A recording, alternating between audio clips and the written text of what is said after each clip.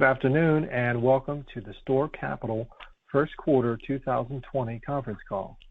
All participants will be in a listen-only mode. Should you need assistance, please signal a conference specialist by pressing the star key followed by 0. After today's presentation, there will be an opportunity to ask questions. To ask a question, you may press star then 1 on your telephone keypad. To withdraw your question, please press star then 2. Please note, this event is being recorded. I would now like to turn the conference over to Lisa Mueller with Investor Relations. Please go ahead. Thank you, operator, and thank you all for joining us today to discuss STORE Capital's first quarter 2020 financial results. This afternoon, we issued our earnings release and quarterly investor presentation, which includes supplemental information for today's call. These documents are available in the Investor Relations section of our website at ir.storecapital.com under News and Results, Quarterly Results. On today's call, management will provide prepared remarks, and then we will open the call up for your questions. In order to maximize participation while keeping our call to an hour, we will be observing a 2-question limit during the Q&A portion of the call. Participants can then re-enter the queue if you have follow-up questions. Before we begin, I would like to remind you that today's comments will include forward-looking statements under the federal securities laws. Forward-looking statements, by their nature, involve estimates, projections, goals, forecasts, and assumptions, and are subject to risks and uncertainties, including those arising from the COVID-19 pandemic and its related impacts on us and our tenants that could cause actual results or outcomes to differ materially from those expressed in the forward-looking statements. Discussion of the factors that could cause our results to differ materially from these forward-looking statements are contained in our SEC filings, including our reports on Form 10-K and 10-Q. And with that, I would now like to turn the call over to Chris Volk, STORE's President and Chief Executive Officer. Chris, please go ahead. Lisa, thank you, and good afternoon, everyone, and welcome to STORE Capital's first quarter 2020 earnings call. With me today are Mary Fedewa, our Chief Operating Officer, and Kathy Long, our Chief Financial Officer. First things first, we welcome the opportunity to speak to you today and hope that you and your families are healthy and safe. While the journey through this unprecedented event has tested us all, we'll come through the other side together, and we at STORE look forward to the opportunities that await us. Meanwhile, we're very fortunate to have a team made up of 97 experienced and talented employees who have worked collectively to address the impact of the coronavirus pandemic upon our customers. This is also a time when our strategic investment in technology and systems allowed us to quickly gather the necessary information to address the needs of our customers. Technology has been instrumental in the ability of our collective team to work remotely from home for over the past 2 months. Our direct origination strategy, which fosters long-term tenant relationships, also improves our ability to address moments of national business interruption like this. With that said, let me discuss our achievements for the quarter. Even with the curtailment of our acquisition efforts, we had investment activity of over $260 million during the first quarter. At the same time, our portfolio remained extremely healthy, with an occupancy rate of 99.5% and with continued stability in the percentage of net lease contracts rated investment grade in quality based upon our STORE Score methodology. At quarter end, our funded debt to EBITDA on a run rate basis was 5.4 times, which is slightly below the lower end of our target range. And our pool of unencumbered assets stood at over $5.5 billion, or about 61% of our total investments. Leverage on this majority of our balance sheet stood at a sector low of 23% of cost, providing us with ample flexibility in our financing options to navigate this pandemic. Now, as I do each quarter, here are some statistics relevant to our first quarter investment activity. Our weighted average lease rate during the quarter was approximately 7.5%, slightly lower than in late 2019. However, the average annual contractual lease escalations for investments made during the quarter was higher than normal at 2.5%, providing us with a gross rate of return, which you get by adding the lease escalations to the initial lease rate, of about 10%. This is also above recent quarters. And with corporate leverage in the area of 40%, our levered investor return will approximate 14%, with net returns after operating costs in the 12 to 13% range. Our investor returns from STORE and from predecessor public companies have been mostly driven by favorable property-level rates of return. Why we take the time to disclose investment yields, contractual annual lease escalators, investment spread to our cost of long-term borrowings, and our operating costs as a percentage of assets. These are the four essential variables that enable you to compute expected investment rates of return. The weighted average primary lease term of our quarterly new investments continued to be long at approximately 16 years. The median post-overhead unit level fixed charge coverage ratio for assets purchased during the quarter was 2.7 to 1.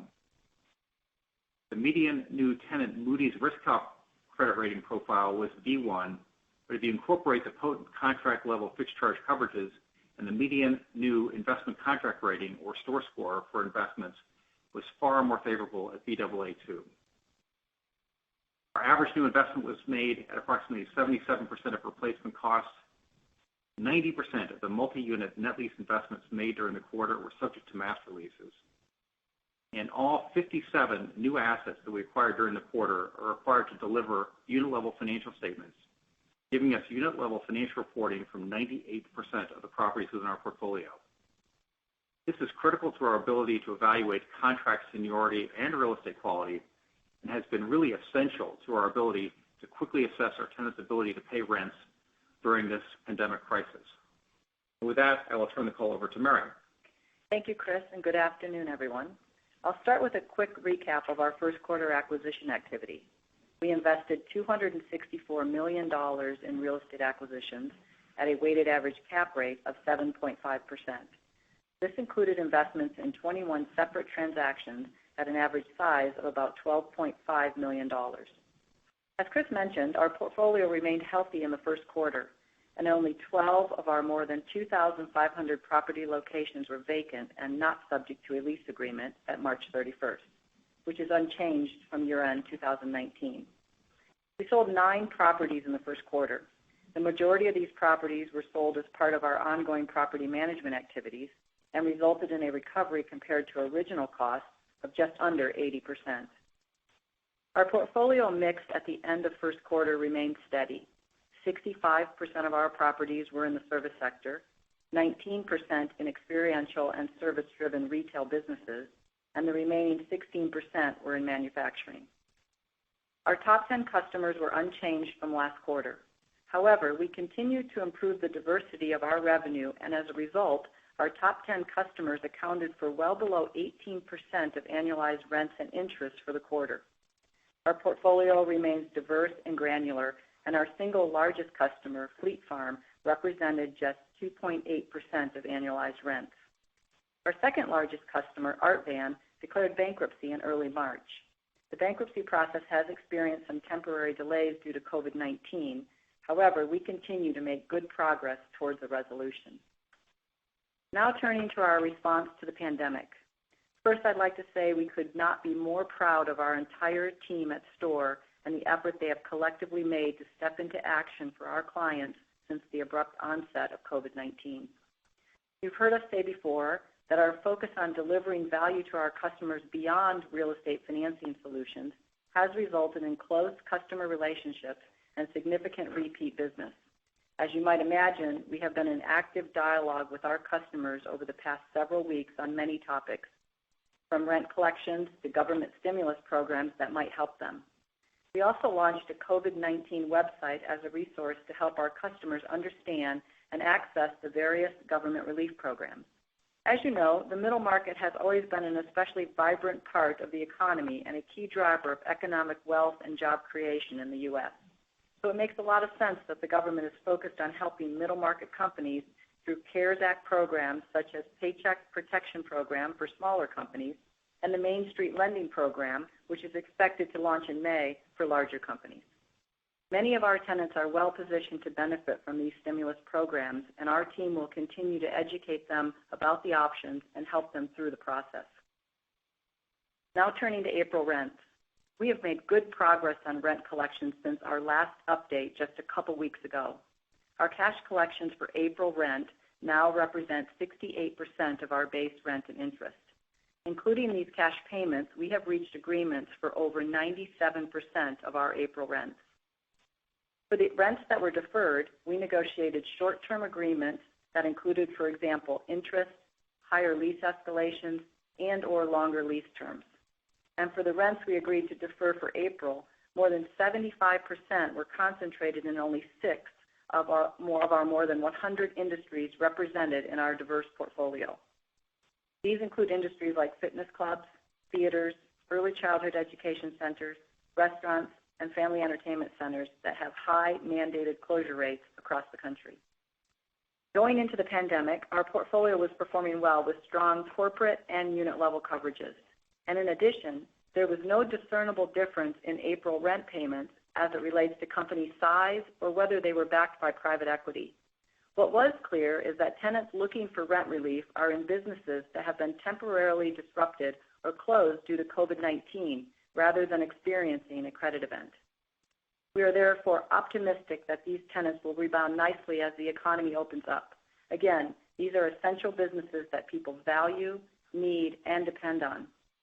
We also believe that geographic diversity is an important factor in evaluating the impact of COVID-19 on STORE, given that certain regions of the country are opening sooner than others.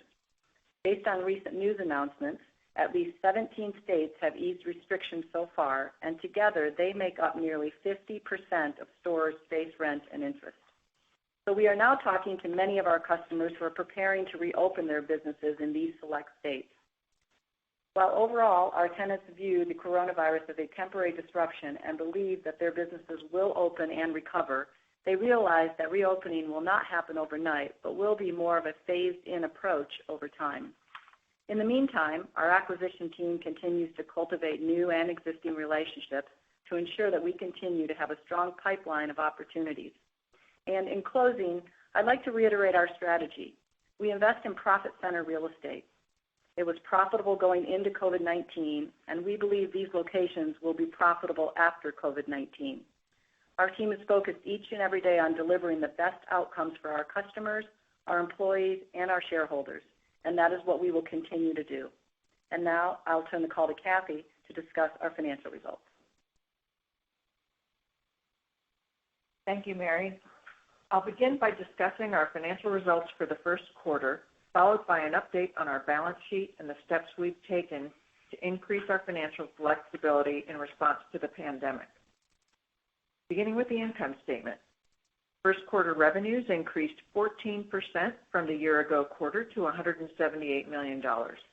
And the annualized base rent and interest generated by our portfolio in place at March 31st was $730 million, an increase of 13% from a year ago.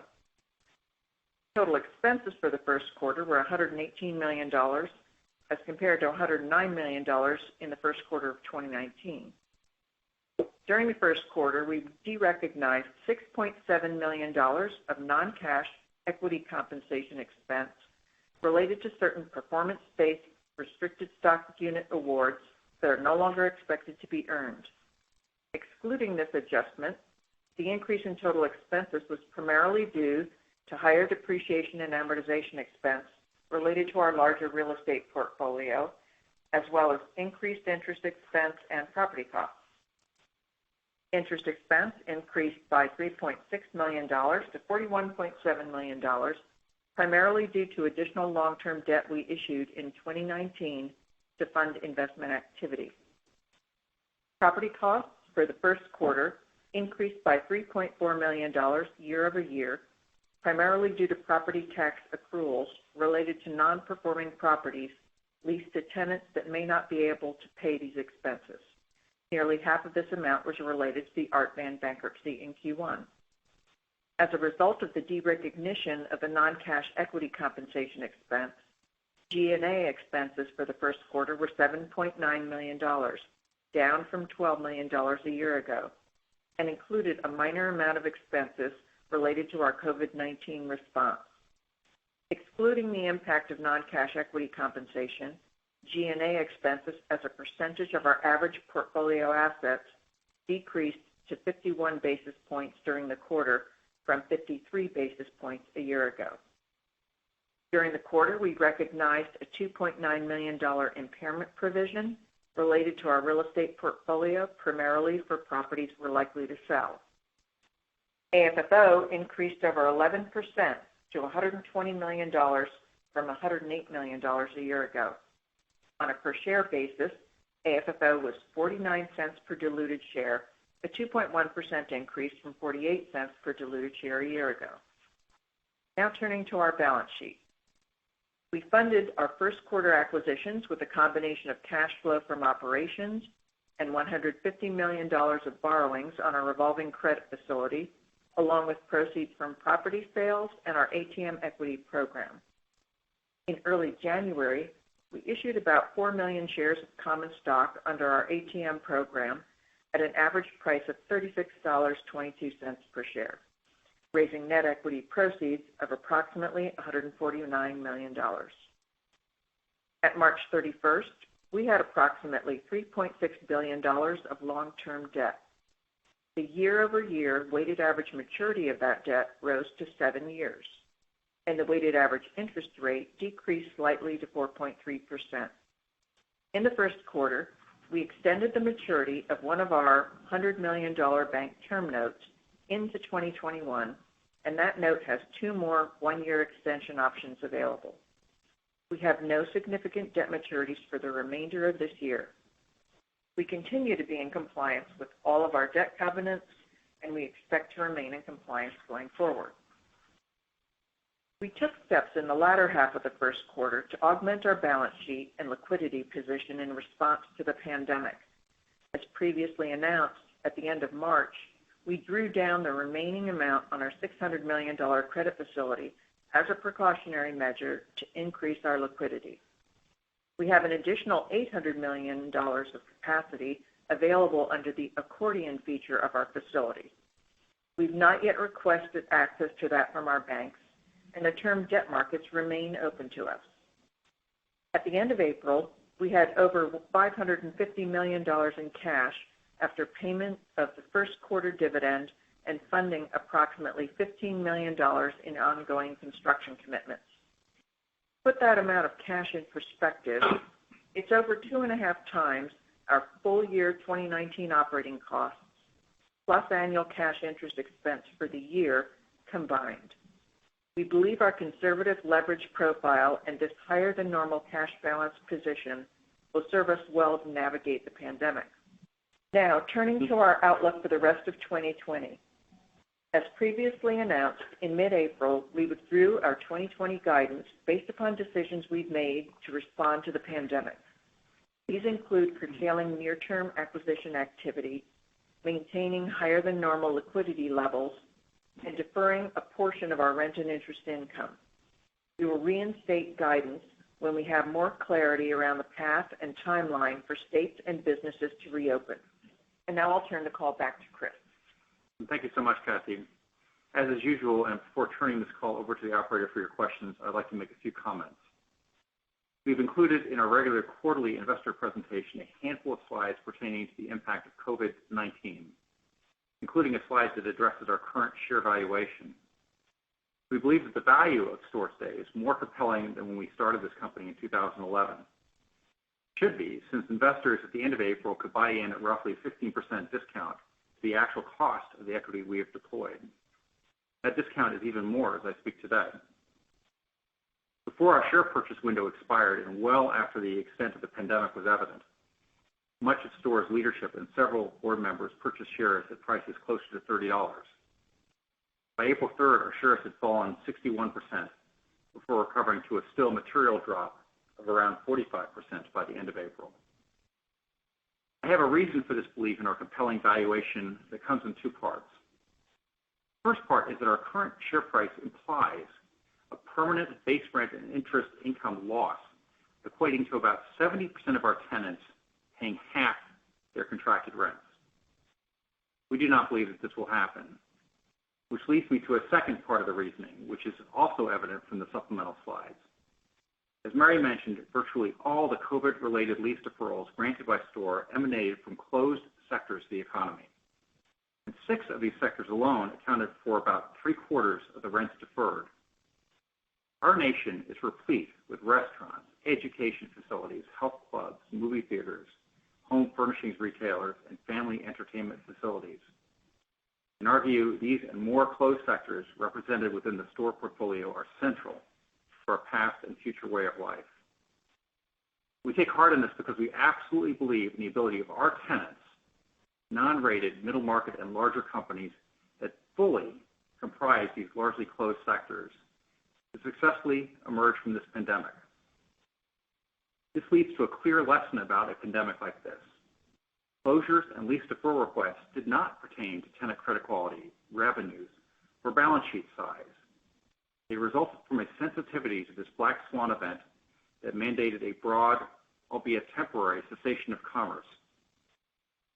Surveying the wider landscape beyond the net lease arena, this notion becomes even more clear given the limited payments of rents from retailers of all sizes and credit ratings. With this said, an evaluation of STORE at this moment cannot rest on static benchmarks such as percentage of rents collected or percentage of investment-grade tenants or occupancy rate. Everything is relative. And our approach to investing begins with an integrated business model that we pioneered in 1980 and refined over the past 4 decades across 3 separate and successful public investment platforms.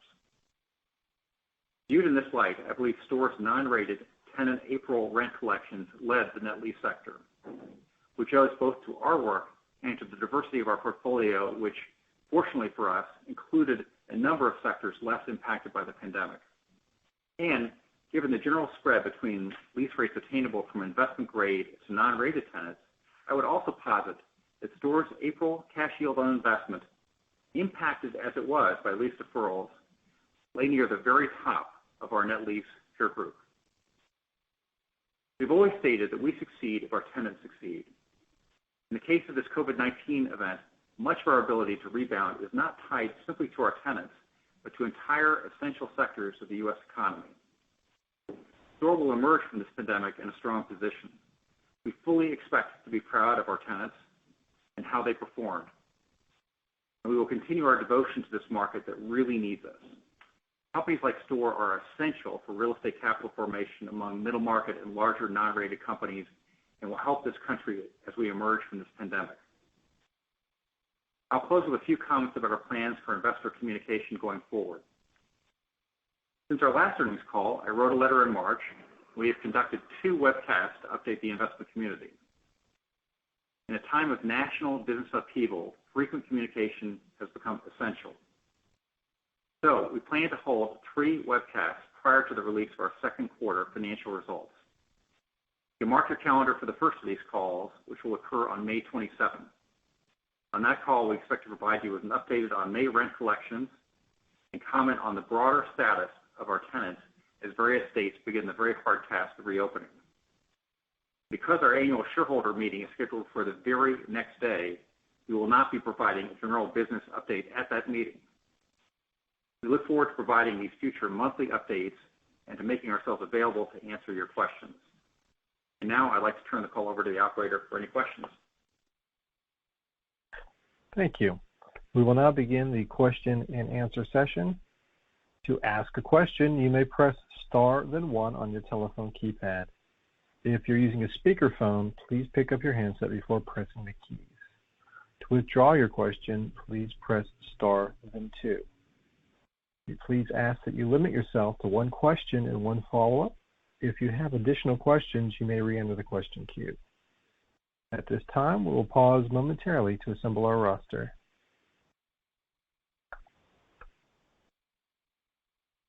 And the first question today will come from Nate Crossett with Berenberg. Please go ahead. Hey, good afternoon, guys. Hope everybody's doing well. So just a question. I appreciate the slide on the COVID-19 impact. 68% of the rent was paid in April. You mentioned 98% of that, or 98% you came to an agreement on. Are these agreements for April rent only, or do they include future months? And then how should we think about kind of the mechanics of the deferrals? How long are the payback periods, et cetera? Yeah. Hey, Nate, this is Mary. Before we start the Q&A, if you don't mind, I'd like to just provide a brief update on Art Van. Okay. Yep. The Delaware Bank. Yeah, sure. Okay. The Delaware Bankruptcy Court just approved the sale of certain Art Van assets, including existing inventory. And this approval has actually cleared the way for the releasing of all of STORE's 23 Art Van, Wolf, and Levin locations. STORE has entered into 4 master leases for all 23 STORE-owned locations with an existing customer of ours. And so therefore, no STORE-owned former Art Van location will be vacant. Estimated recovery is in line with the rest of our portfolio at approximately 70% of base rent, with potential upside actually written in these leases. So I just wanted to give a quick update on that for everyone. So to go back to your question, go ahead. No, I was going to say that's helpful. Do you want me to repeat my question or? Yeah. No, I think I've got it. So actually, you asked about the April rent collections at 68%, and is that for just 1 month? So our average deferral agreement was for 2 months on average. And so I would say that from that perspective, and we expect to be paid back within the majority of it within the next 12 months. So that kind of hopefully answers your question there. Okay. And that 68%, how many of those kind of access to PPP, or, if you include the PPP and some of these Fed programs, like where do you kind of see it taken out?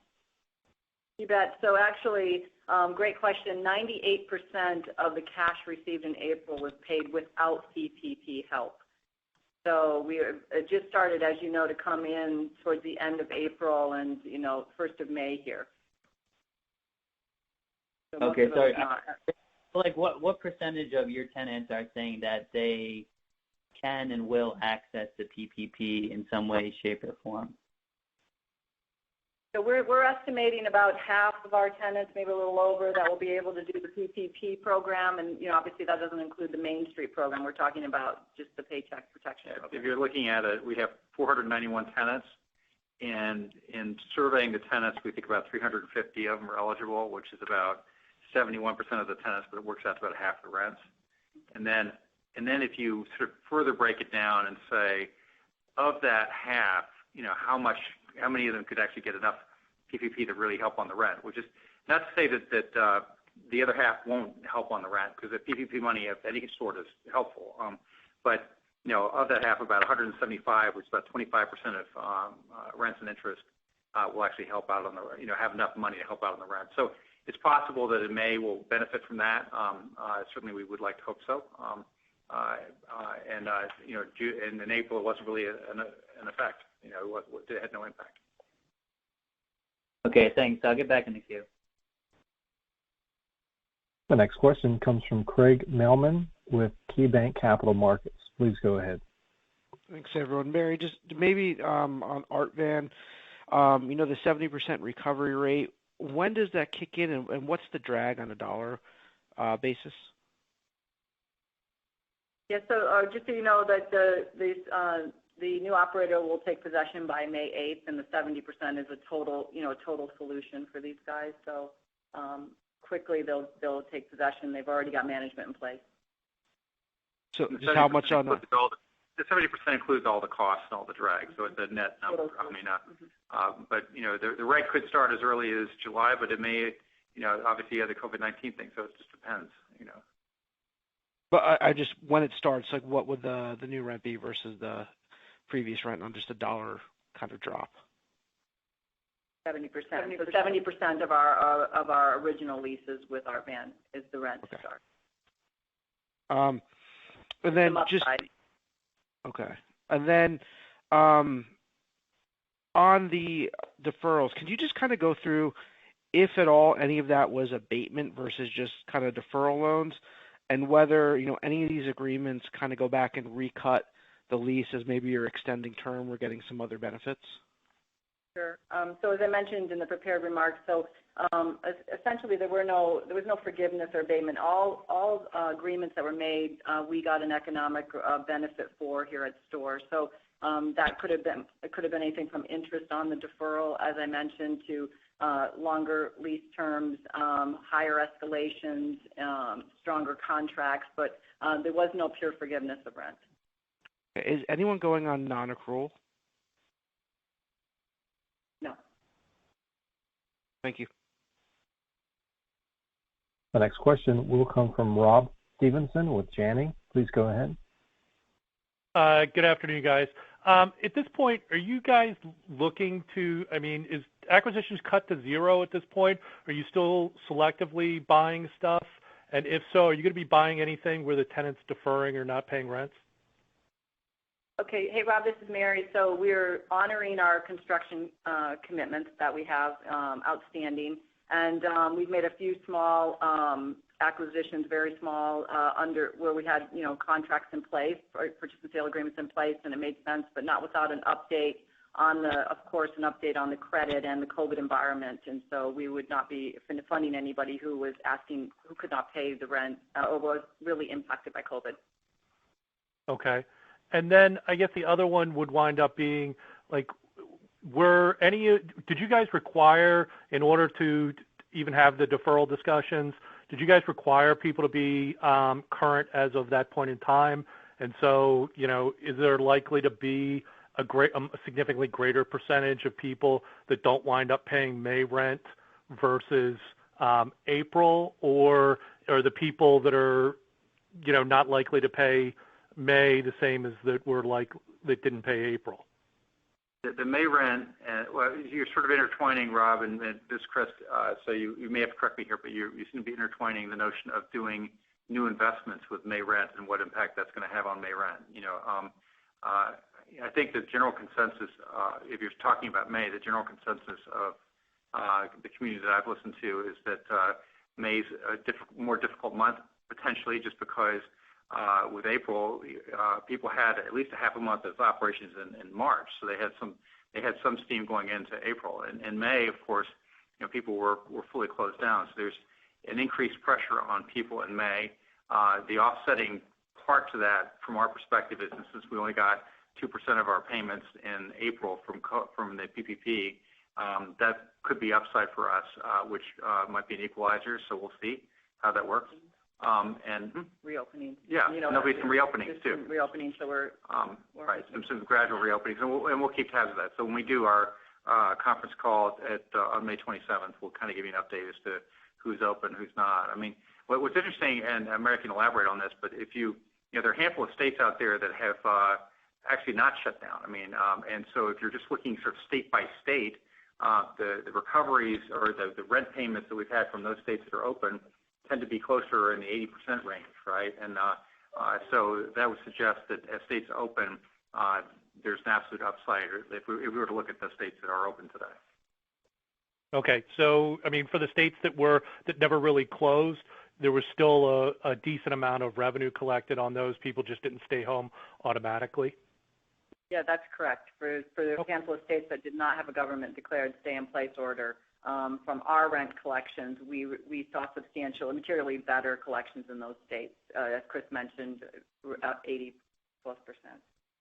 Okay. Thanks, guys. Appreciate it. The next question is from Vikram Malhotra with Morgan Stanley. Please go ahead. Thanks for taking the questions. So I just want to clarify the difference between deferral and then interest. Can you clarify what sort of interest is this? How are the mechanics on that? So Vikram, the way it works is that there are a variety of solutions. So in some cases, you're doing lease modifications and you're building escalated payments into the lease modifications. And in some cases, you're doing it in the form of notes that actually have an interest rate that's embedded in the note. So it's just a combination of those things. And if you look at the deferrals and the expected cash flows, a substantial majority of the amount of rent that will be deferred should be collected by the end of 2021.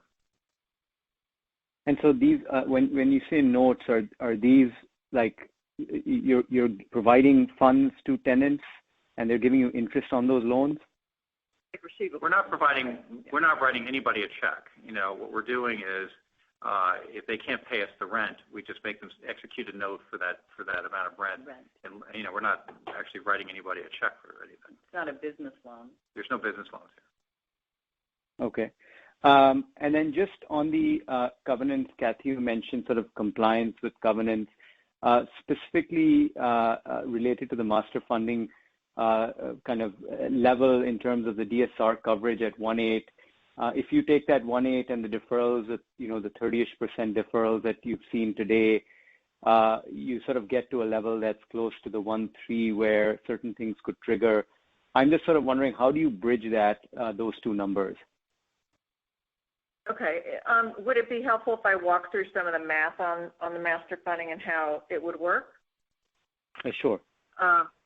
So as you know, like at the beginning of the year, I'll start with the beginning of the year because it's easier to go back to the 10K and be able to pull numbers out of the management discussion and analysis section. You know, our annualized base rent and interest was $714 million for the whole portfolio, and about 37% of the revenue comes from those assets that are in master funding. So that's about $264 million a year would be going into master funding. So if you, in a normal time frame, that $264 million covers principal and interest on the outside debt that we have, and about $140 million comes to the bottom of the waterfall back to store capital. Does that make sense so far? So that's at a normal time when you're covering 1.8 or 1.9. Mm-hmm. If you take the $264 million of revenue coming in and you say, what if I only got 60% of that? That's $158 million.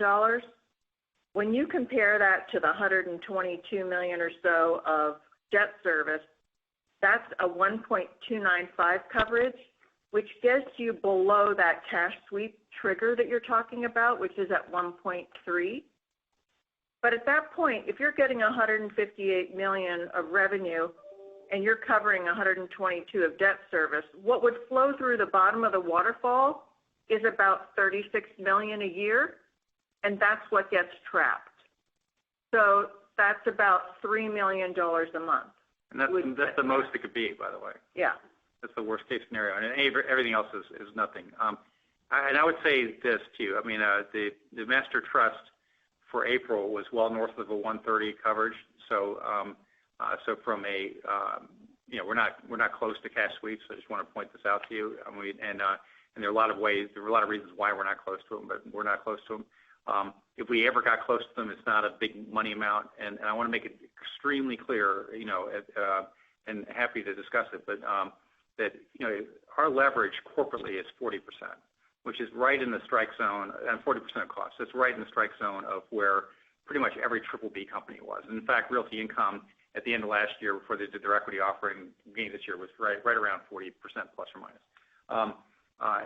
And the only difference is that we're not relying solely on unsecured money. We're relying on the master trust as well. The master trust has 2/3 of our debt, but only has 1/3 of our assets. I mean, less than that, And so what ends up happening is that the unencumbered leverage is 23%. It's the lowest in the space. There's no one that could come close to it. And so the question was, in a real downside scenario, and Vikram, you've mentioned that the master funding it poses some sort of risk to us. Given that we have this non-recourse debt on the balance sheet, in a total downside scenario, Master Trust does a much better job of protecting our investors than it would be if we were just unsecured debt only. So you're in a much better position than any other REIT would be, both from a diversity of capital and from a protection of shareholders and unencumbered note holders, or unsecured note holders, because leverage is 23%.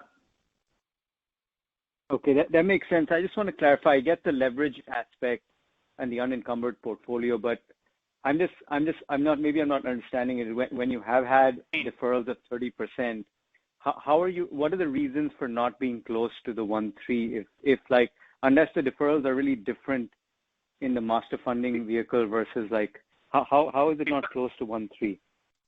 Fundamentally, it comes down to the fact that we're the servicer. And because we're the servicer, all the waterfalls come to us. This is not like CMBS where you have cash sweeps and you have a servicer. We are the servicer. So if we choose to waive fees, for example, then obviously it changes the waterfall. I mean, so there are things that we can do that are in our power to do that essentially allow us to not be subject to cash sweeps. And at the end of the day, if you're looking at us versus National Retail Realty Income, both of which are reliant on unsecured debt virtually completely, the look is the same. I mean, there's the cash flow comes in, it goes out. The only difference is that we have a chunk of assets that are in a non-recourse vehicle, which at the end of the day create some protection for investors. But basically, because we're the servicer, we can manage the cash flows in such a way that we don't trigger any cash sweeps. Okay, fair enough. I'll probably take it offline. Thank you so much. And our next question will come from Haendel St. Juste with Mizuho. Please go ahead. Hey, good afternoon out there. I hope you guys are all well. Thanks for taking my question. So, Chris, I guess first one for you. Certainly understanding that this is all happening so quickly, but just curious how COVID and your portfolio performance and what you've seen in the marketplace in terms of other peers' portfolio exposures and performance is impacting your portfolio allocation theory at all. You traditionally favored yields, more middle market tenants versus I grade. So just curious on your observations, how that might be impacting your thoughts or strategy. Are you willing to do a bit more I grade deals if deals get a bit more attractive here? And then also, can you sprinkle in some thoughts on how you're feeling about your exposures to the movie theater, restaurants, gyms, and what you think that road to recovery for those rents looks like? Thanks. Sure.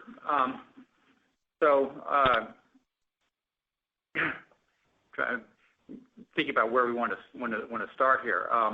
I think that modern portfolio theory, when Eugene Fama came up with modern portfolio theory and won a Nobel Prize for it, he wasn't thinking about COVID-19. COVID-19 is something that hasn't affected the United States for over a century. What we're seeing is that companies that can pay rent are those companies, or the companies that are best able to pay rent today, are those companies that are in positions that are somewhat immune to COVID-19. So it could be anybody from Amazon to grocery stores to drug stores, dollar stores have done well. And those would be sort of at the very best. And then pretty much everybody else has done badly. And even if you look at retailers, I mean, you look at a company like LVMH, which is owned by one of the richest people in the world and is a single A-rated company. To my knowledge, they didn't pay any rent for the month of April. So that, the COVID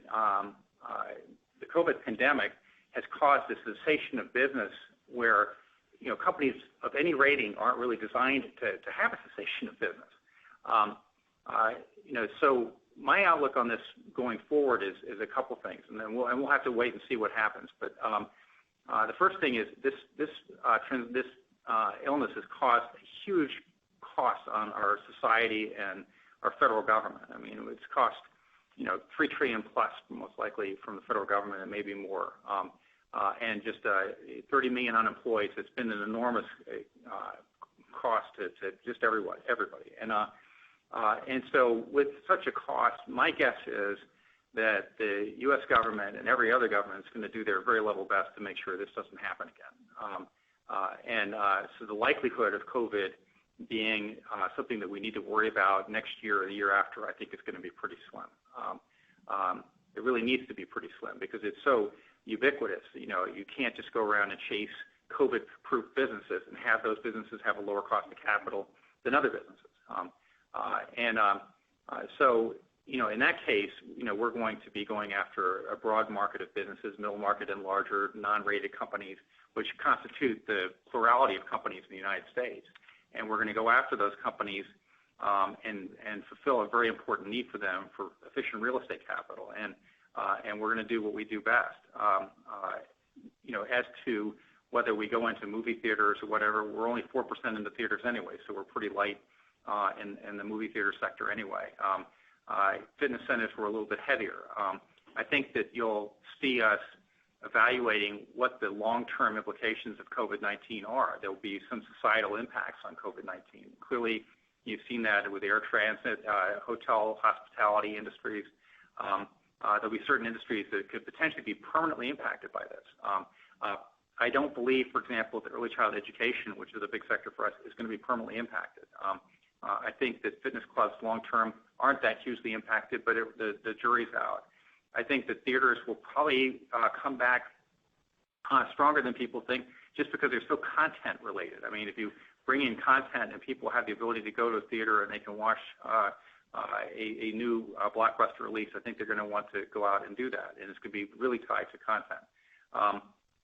So I think that a lot of these industries are coming back. One of the things that we said in our prepared remarks was that 75% of our lost rents for April, or deferred rents, was tied to 6 sectors. I mean, it's just nothing. It's not tied to middle market tenants or unrated tenants. One of the things that you often get comments about, or we get comments about, is that somehow middle market tenants are riskier than big tenants. I mean, COVID basically takes no prisoners. I mean, it doesn't matter whether you're middle market or larger, or whether you're a triple B company or a double B company. If you're in a COVID sensitive business, you're going to be really, really hurt by this.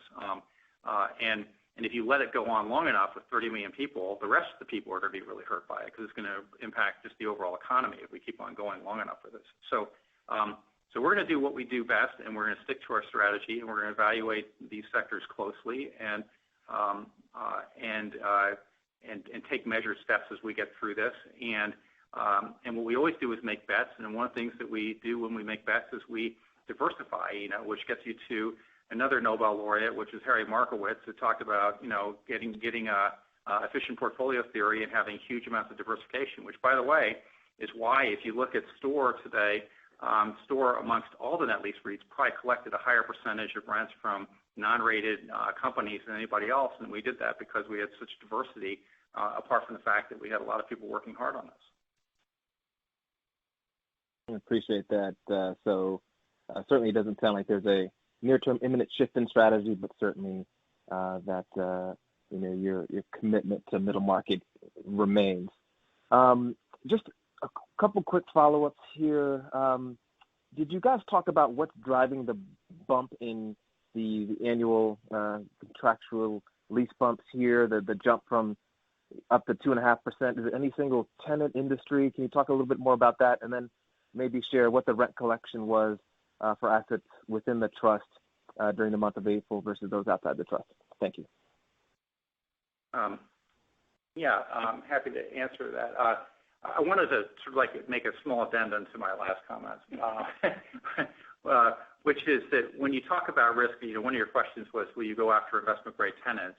And implicit in that discussion or that question is that somehow these are less risky, and we would be wouldn't we be better off there, And I would say that you cannot measure risk without measuring time. You can't actually discuss risk without discussing time, in a market like we're in today, candidly, long term is lunch for most people. So they're just trying to figure out what's happening today. That's why we're having to do once a month conference calls with people. But really, over a 10-year period of time, if you know a triple B company is going to be unrated 60% of the time, then you can't treat it like a triple B company. And that's really the credit migration statistics for a triple B company. So, we're running this company not for tomorrow. We're running this company for 10 years from now. And when we're thinking about risk and comparative risk, we're thinking about risk in the span of the decade, of years, and we know that risk-adjusted returns have to be measured accordingly.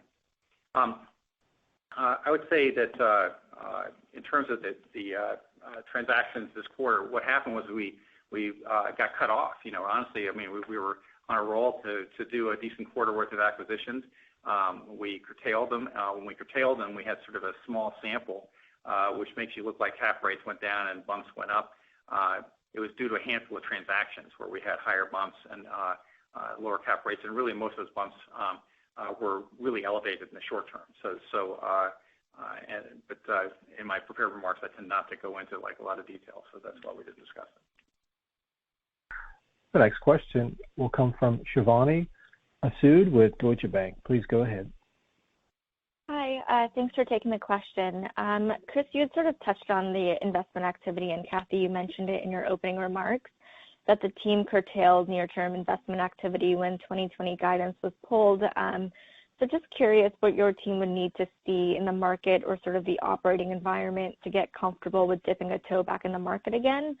And could we see your team do something opportunistically if there were sort of an arbitrage opportunity to be had? It's Kathy. I'll start, and then Mary can talk about what the plans are for going forward.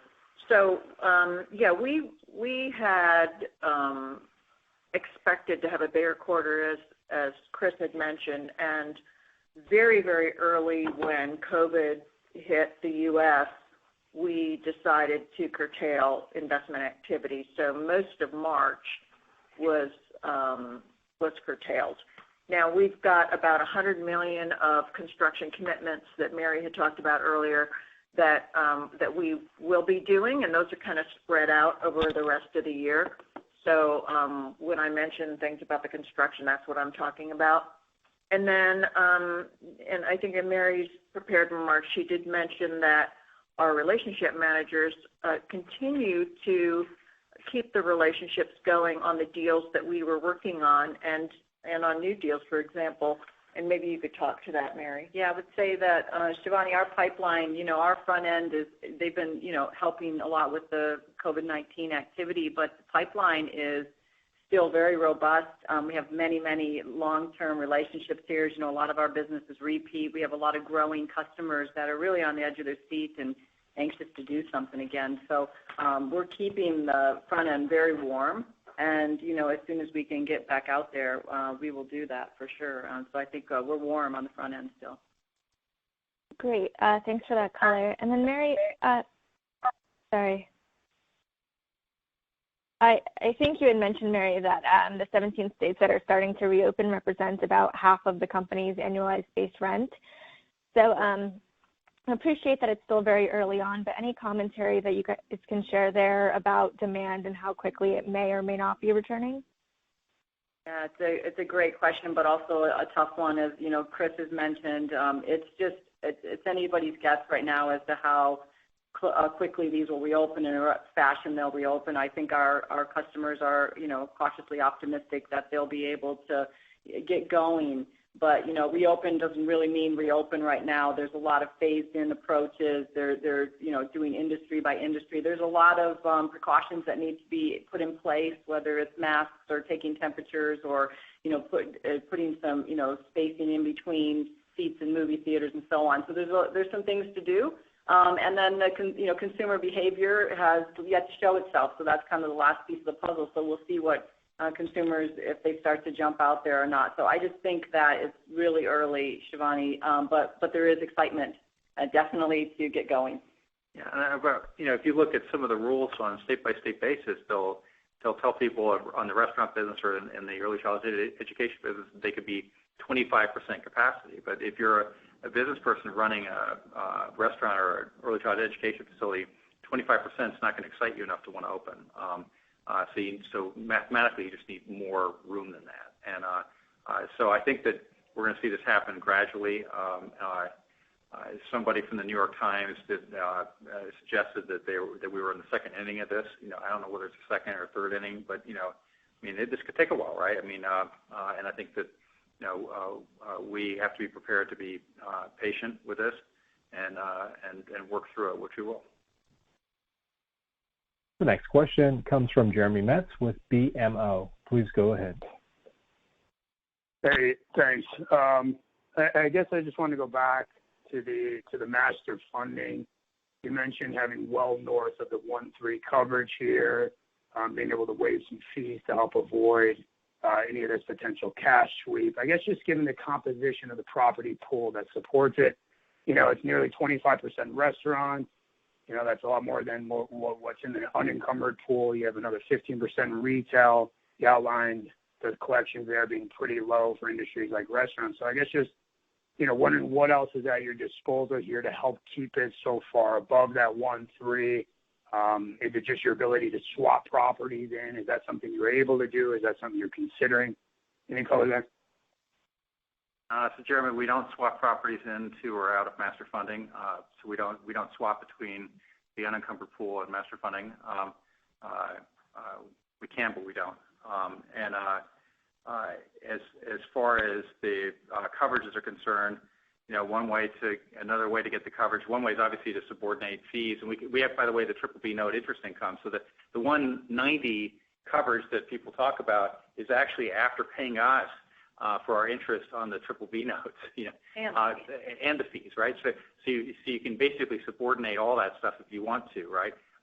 The other thing is that if you take a rent deferral and you do it in the form of a note, so if we make the note to a tenant and we do it in a rent deferral in that fashion, then the master funding will look like it's been paid. I mean, and so there's no, you don't get to a cash sweep at all, and so you'll see that happen as well. So there are a number of things at our disposal to be able to manage the master funding portfolio. And if you're an investor in that master funding portfolio, you would actually want us to do all these things. I mean, so this is not something you don't want us to do. You want us to support it. Going into cash sweeps is easy, as Kathy said. If we were essentially a cash sweep is only going to happen if we decide to abandon master funding. I think that's to be sort of clear about it. If we were to say we don't really care about these assets, and then maybe you might get into a sweep. But assuming that you really care about these assets, that the situation is temporary and these tenants are going to rebound, you're going to feel pretty good about it. Under normal circumstances, by the way, the difference between a 190 and a 130 is something like 35 to 40% of your tenants have to default simultaneously, which is happening in a COVID environment, to your point. But that's like also having 80% of your tenants defaulting and having a 50% recovery rate, right? It's something that would have been really unthinkable, and it's candidly unthinkable to me that we're not going to be able to get that 35 or 40% of our tenants to be active again, because the risk isn't really a tenant risk, it's a sector risk, and I for one don't think that the early childhood education sector is not going to exist. So I hope that helps you. Okay. Yeah, and then the second for us is, can you just give us your latest thinking around the dividend here, just in light of what's going on, in light of some of the rent collections you've noted and some of the pressures across some of these industries? Just wondering what the latest is there. Thanks. Yeah, I think we expect to be able to answer that in June for you. I think our board of directors is going to evaluate the dividend closely, and they're going to do what they should do. As you're in June and you have transparency on June collections, and as you've seen May and April collections, and more important than that, or just as important as you can look forward and have some predictability of where you think the world is heading, then I think boards are going to be in a very good position to make cogent and clear policy. And of course, this stuff changes every day, as you know. So one day things are closed, the next things are open, and so on and so forth. So that's what's going to happen. And of course, we're going to give you monthly calls, WebExes, before the next earnings call. So that means that you'll have an update. You should expect one in June, and so when we do the one in June, we'll be able to talk about the dividend policy as well, and then we'll have another update in July. The next question will come from Todd Stender with Wells Fargo. Please go ahead. Hi, thanks. Obviously, it's very early in May. You gave us the indications for April, and maybe May deteriorates, I guess, from a rent collection standpoint. Looking out, maybe it's too early, but if we're in June and heading into July, what kind of data points or indicators that we can keep an eye on for you guys that would give us an indication that you could start to reinstate guidance? Is it collections? Is it having every state reopen? How do you guys look about providing visibility on guidance? I think Todd, that's a good question. I think it's a macro issue. I think it's states being open and then knowing what's happening in the restaurant space and the early childhood education space. And the industry, the risks to store today from a deferred rent perspective, as I said before on this call, are not tenant specific. They tend to be much more sector specific, right? And when you got 75% of the risk or the deferred rent tied to 6 sectors, then it's then for you as an analyst looking out there, those 6 sectors are important. And if and they're showing no signs of opening, or if consumers are cautious, or if unemployment is staying super high, I think that these are all things to be wary about. And then when it comes to number of months, so far we're in the 1 month, 2 month, 3 month ballpark of maybe rent deferrals. At what point, how many months do you have to get to for a tenant not paying their rent before it becomes a rent default? Well, rent default doesn't happen unless we actually send a default notice. So, our tenants started calling us up in mid-March, and so we started having dialogues with our tenants. By the time April came around, we pretty much had a very clear idea before April 1st came around who was not going to pay. Now, there were always some people that come out of left field, but we had a pretty good idea before April 1st happened. And so our tenants work with us partly because we have a good relationship with them, and we originated them all directly. I expect that if our tenants need more assistance than what we've already agreed upon, then we're going to have the exact same types of dialogues. And when you have those dialogues, and you're working with a tenant, and the tenant's part of the solution, not part of the problem, you're going to work with them.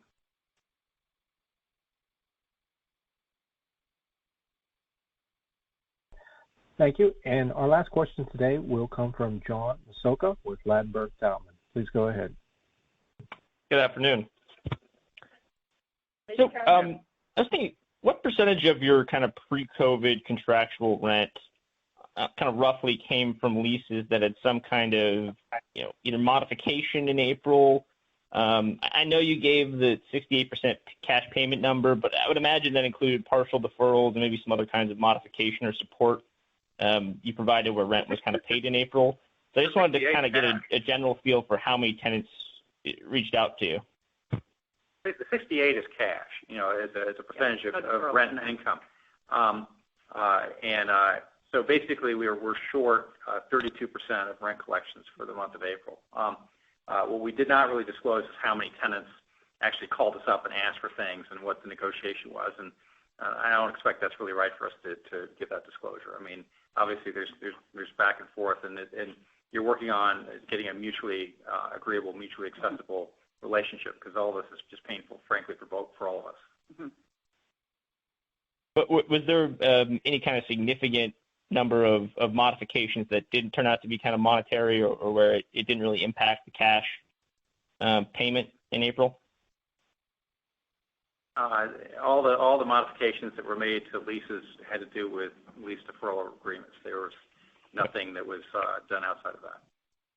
Okay, and then just a quick one. You mentioned Art Van drove some of the elevated operating costs in 1Q. What was the other half? Was it just a broad group of things, or was there any other kind of specific tenants that were maybe impacted in the quarter? Yeah, this is Kathy. Art Van was the only one that was big enough to point out separately. The rest was just a handful of, minor stuff. Okay. That's it for me. Thank you guys very much for the time. Thank you. Thank you. Ryan? Ladies and gentlemen, this concludes our question and answer session. I'd like to turn the call back over to Chris Volk for any closing remarks. Well, thank you all, and it's been a pleasure doing this Q&A and talking with you, and we look forward to talking to you again on May 27th when we do a follow-up call. Until then, have a great day. And thank you. The conference has now concluded. Thank you for attending today's presentation. You may now disconnect.